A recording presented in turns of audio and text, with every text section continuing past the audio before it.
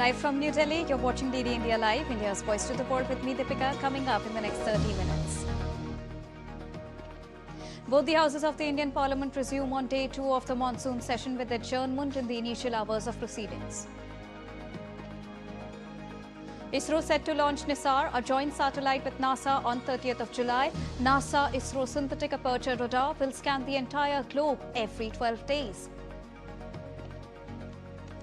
Iran refuses to halt its nuclear program, including uranium enrichment, even as it accepts severe damage to its facilities after US strikes. Iran, Russia and China to go into a huddle today. And in chess, India's Divya Deshmukh stuns compatriot Harika Thrunvalli to enter the semi-finals of FIDE Women's World Cup 2025.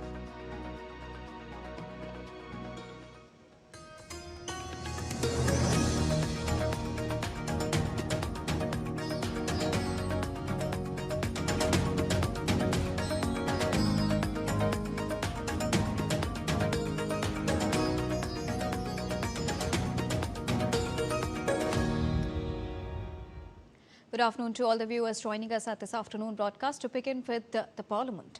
Well, both the houses of the Indian Parliament were adjourned till 12 noon on Tuesday amid protests by the opposition members. The Lok Sabha was also adjourned till 12 noon after opposition parties demanded a discussion on Operation Sindoor, the special intensive revision of electoral rolls in poll-bound Bihar and other issues. Rajya Sabha proceedings were adjourned till 12 noon following an uproar by opposition members after adjournment notices were rejected.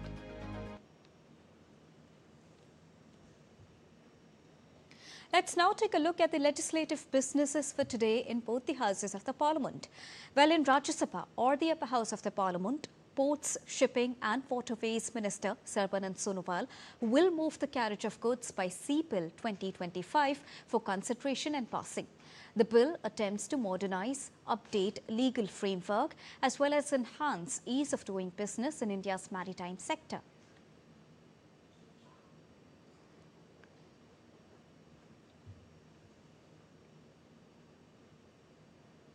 In Lok Sabha, or the lower house, too, Union Minister Sarbanand Sonowal will move the Merchant Shipping Bill 2024 for consideration and passing. This bill was first introduced in the Lok Sabha on December the 10th last year.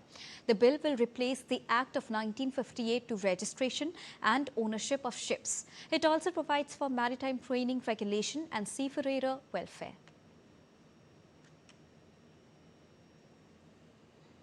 Well, this summer, a milestone in space exploration is about to take place. It marks the next giant leap for scientific collaboration and technological advancement. A ISRO-NASA collaboration nearly a decade in the making, this satellite promises to change how we monitor and understand our planet, its shifts and its secrets. Let's dive into the details.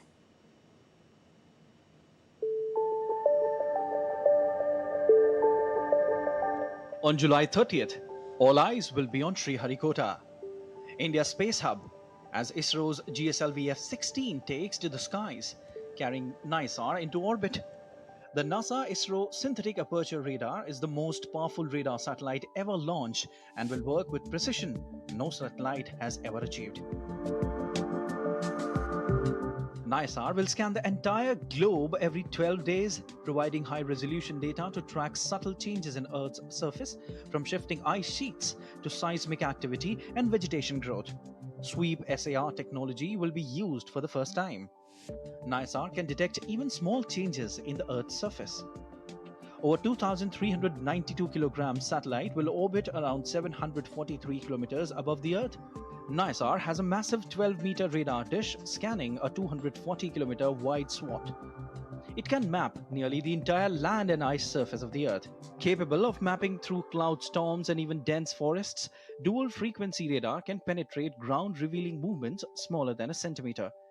It will generate up to 140 petabytes of data, matching NASA's entire Earth science archive. NISAR's data will provide a detailed and continuous record of Earth's most vital surfaces, helping decision makers worldwide protect what matters most. over here is a 1/3 scale model of what NISAR will look like when it's on orbit. What you see here is the spacecraft bus is this square cube over here on the right, and that's what provides all the services to operate the satellite. These solar array panels are attached to the spacecraft bus, and that's for powering the system. Now, this octagonal gold structure, that's what houses the 2 radar systems. The radars are then used to illuminate this very large antenna you see here, and that's probably the most prominent feature that the NISAR satellite. A shared vision between NASA and ISRO, NISAR, symbolizes not just the merging of technological prowess, but a partnership that extends across borders, which ensures perfect scientific collaboration between nations for the benefit of the entire humanity and the Earth. This mission is a testament to the strength building on the success of past programs like Chandrayaan-1 and Axiom Mission 4. A new chapter in space cooperation between India and the United States. NISAR not just strengthens our understanding of Earth, but our bonds of cooperation and shared scientific ambition. The countdown for the launch has begun, but the spirits at both ISRO and NASA are already soaring high. Bureau Report, DT India. The 13th high-level meeting between the Indian Coast Guard and the Korean counterpart was held in New Delhi on Monday. Both the sides engaged in discussions to boost cooperation in maritime search and rescue, pollution response and maritime law enforcement.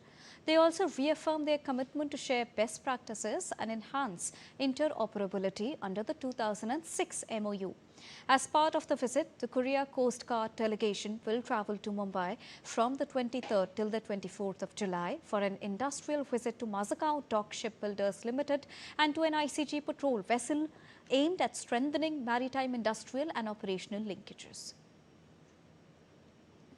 Asia Media Summit began in the Cambodian city of Siem Reap on Monday, where President of the Asia Pacific Institute for Broadcasting Development or AIBD General Conference and Prasar Bharati's Chief Executive Officer Gaurav Dwivedi presented a special remark at the inaugural session.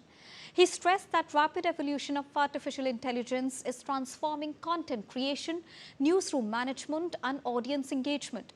Gaurav Dwivedi further said that at Prasar Bharati, AI-driven solutions are being used in newsrooms, automating content curation, enhancing fact-checking and personalizing viewer experiences. He further added that these innovations allow the journalists to focus on an in-depth storytelling while ensuring accuracy and speed. Media content creation through AI-powered tools and the digital newsroom masterclass, I believe, will equip our teams with the latest skills in digital journalism, data storytelling, and ethical reporting. As the media landscape evolves, the principle of universal access remains at the heart of public service broadcasting. In India, our DD platform has brought free, high-quality television content to over 50 million households. The Prasar Bharati CEO also mentioned about the recently concluded inaugural World Audiovisual and Entertainment Summit, or WAVES. WAVES, which is a vision of Prime Minister Narendra Modi, brought to life to chart the path forward for India's creative economy. He said that with participation from over 100 countries, more than 1 lakh visitors and over 3,000 companies, WAVES truly became the confluence of cultures, technologies and storytelling traditions from across the globe. At the heart of WAVES lies a deep commitment to building a sustainable, inclusive and future-ready ecosystem for creators, whether in films, music, OTT, platforms, gaming, digital media or immersive storytelling formats.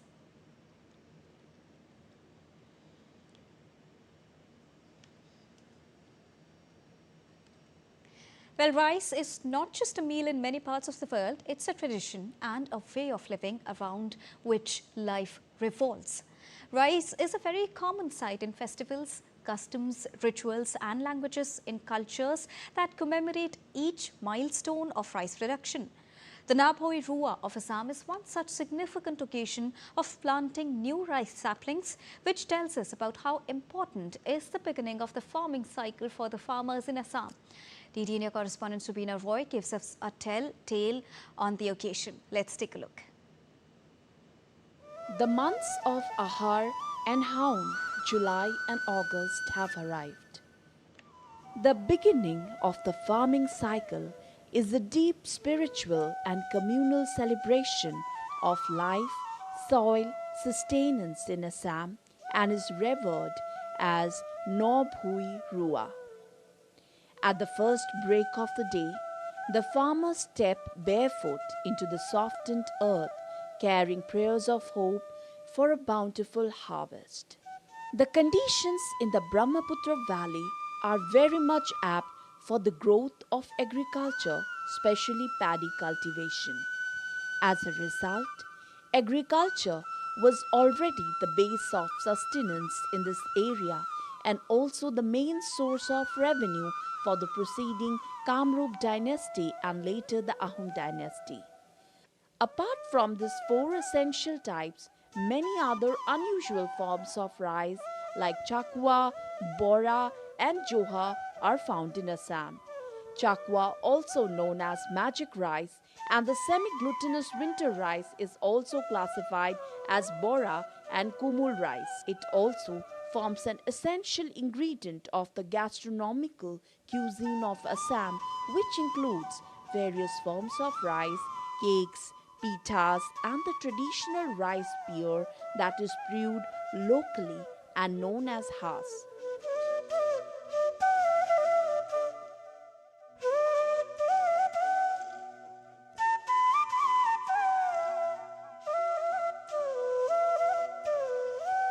The peculiarities of the rice varieties like chakwa, bora, saul, joha rice is so unique that they have been able to garner the prestigious GI tag for Assam.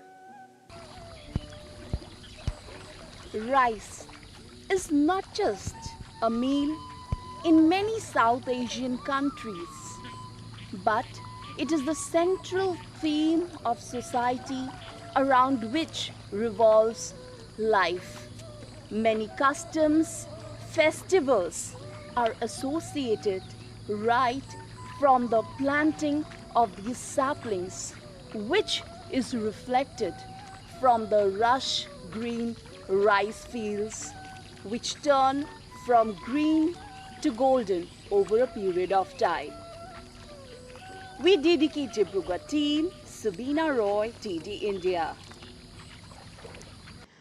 Well, on the 22nd of July in the year 1947, the Constituent Assembly of India adopted the tricolour in its present form as the national flag just weeks before the country's independence. As the nation marks National Flag Adoption Day, let's revisit the moment that gave India its most cherished identity, the tricolour. 22nd July 1947, a landmark day in India's journey to freedom.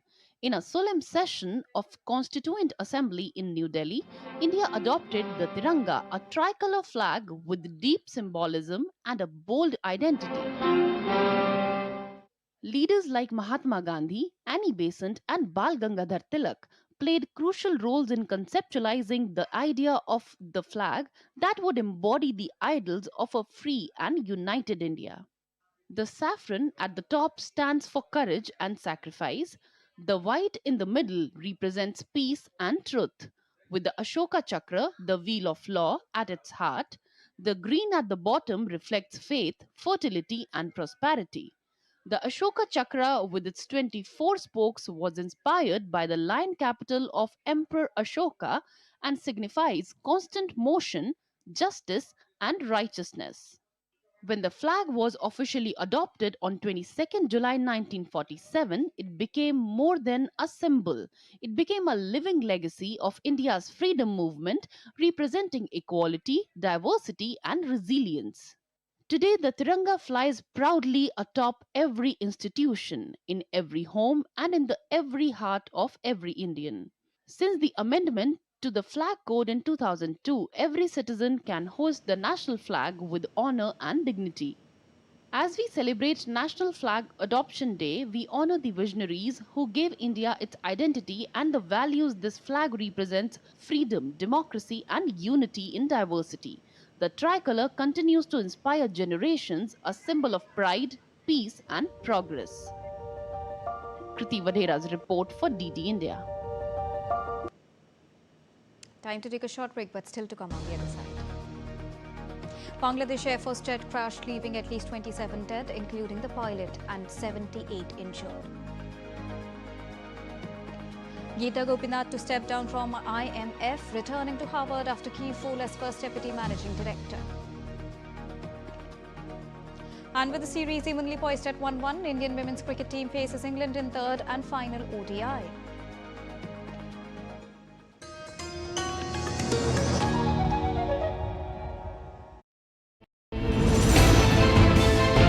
Geopolitics and trade deals. Economic challenges amid development. Hard work and the path to prosperity. It's the economy, always. Between walkers, money is what money does and says. Supply creates its own demand. Between the bulls pulls and bears tears. When supply chains globalization and India rises to the podium. We'll get you centered with the economic brief at 8 p.m. every Thursday on DD India. Jharkhand will mesmerize you with majestic nature, rich heritage. Welcome back after that short break. You're watching DD India Live. Well, a trilateral meeting between Iran, Russia and China will take place today to discuss Tehran's nuclear program and the United Nations snapback mechanism. The meeting between Iran, China and Russia will take place in Tehran at the level of Foreign Ministry Director Generals. Britain, France and Germany, known as the E3, have warned they would use the mechanism that would reimpose international sanctions on the Islamic Republic if there was no progress on nuclear talks by the end of August. Iran's Deputy Foreign Minister said there were currently no plans to resume nuclear talks with the United States, with whom Tehran held 5 rounds of indirect negotiations prior to Israel's strikes on Iran last month. Bagay will hold nuclear talks with the E3 and European Union diplomats on Friday in Istanbul. Bagay added that Tehran would also seek answers because the countries did not condemn the Israeli and US strikes. Iranian Foreign Minister Abbas Araghchi said that Iran has no plans to abandon its nuclear program, including uranium enrichment, despite severe damage to its facilities after US strikes last month. He stressed that any future nuclear deal would have to contain the right to enrichment. Regarding negotiations with the United States to de-escalate regional tension, Araghchi said, "We are open to talks but not direct for the time being." Araghchi also confirmed that Iran would continue to develop and manufacture missiles.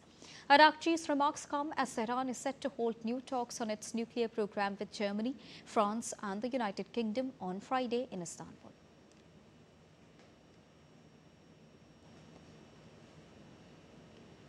And severe, but obviously we cannot give up our enrichment because it is an achievement of our own scientists, and now more than that, it is a question of national pride. If they are coming for a win-win solution, I am ready to engage with them. I mean that we are ready to do any confidence-building measure needed to prove that Iran's nuclear program is peaceful and would remain peaceful forever, and Iran would never go for nuclear weapons, and in return, we expect them to lift their sanctions. This is a win-win game, and we are ready to engage in that.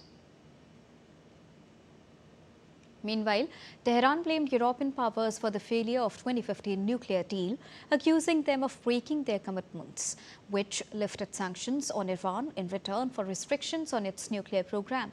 The US withdrew from the pact in 2018. His remarks come ahead of a meeting on Friday in Istanbul between Iranian officials and representatives from Britain, France and Germany to discuss the future of the nuclear deal.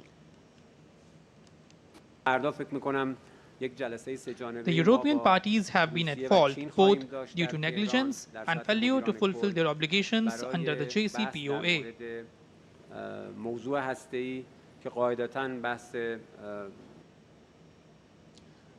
The US Justice Department unveiled over 240,000 pages of records tied to Dr. Martin Luther King Jr.'s assassination, including FBI files that surveilled and attempted to discredit him. The documents shared by the Director of National Intelligence, Tulsi Gabbard, online in the National Archives shed light on Cold War era abuses. King, a civil rights icon, was killed in 1968 while broadening his mission to include economic justice and peace. His family called for empathy when reviewing the files and condemned the misuse of the documents.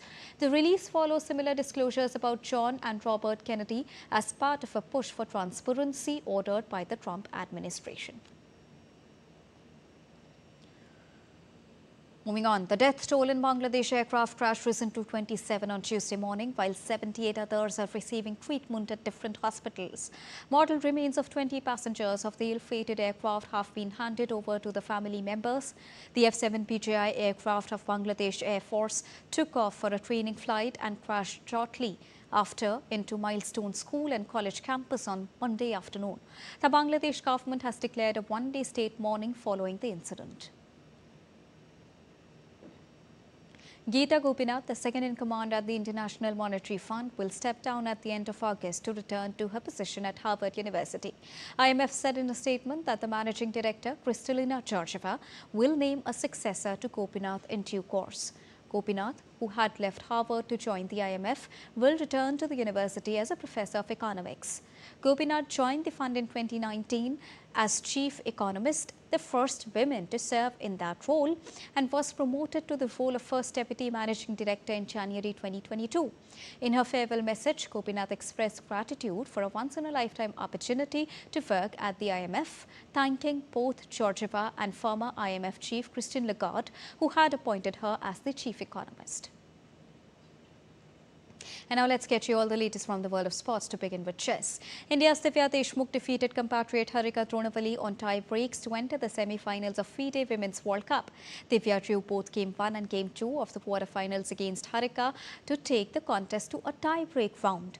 Divya went on to beat her senior in consecutive games in tie breaks to book her spot in the semi-final, where she will meet China's Sen Zhongxie. Divya now joins Koneru Hampi in the last four stage. Hampi beat China's Yuxin Song in the quarterfinals to become the first Indian to enter the semi-final stage of the World Cup. Hampi will face China in Lei Tingche in the Game 1 of the semi-finals round beginning on Tuesday. In cricket, Indian women's cricket team is all set to clash with England in the series deciding third one-day international at Chesterley Street on Tuesday. Visitors India defeated England by 4 wickets in the first ODI but fell short in a rain-curtailed second ODI at Lord's to leave the three-match series evenly poised at 1-1.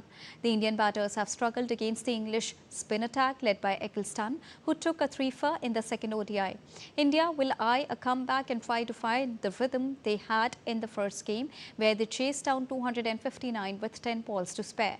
The series is significant for both the teams as the ODI World Cup is scheduled to start in 2 months' time.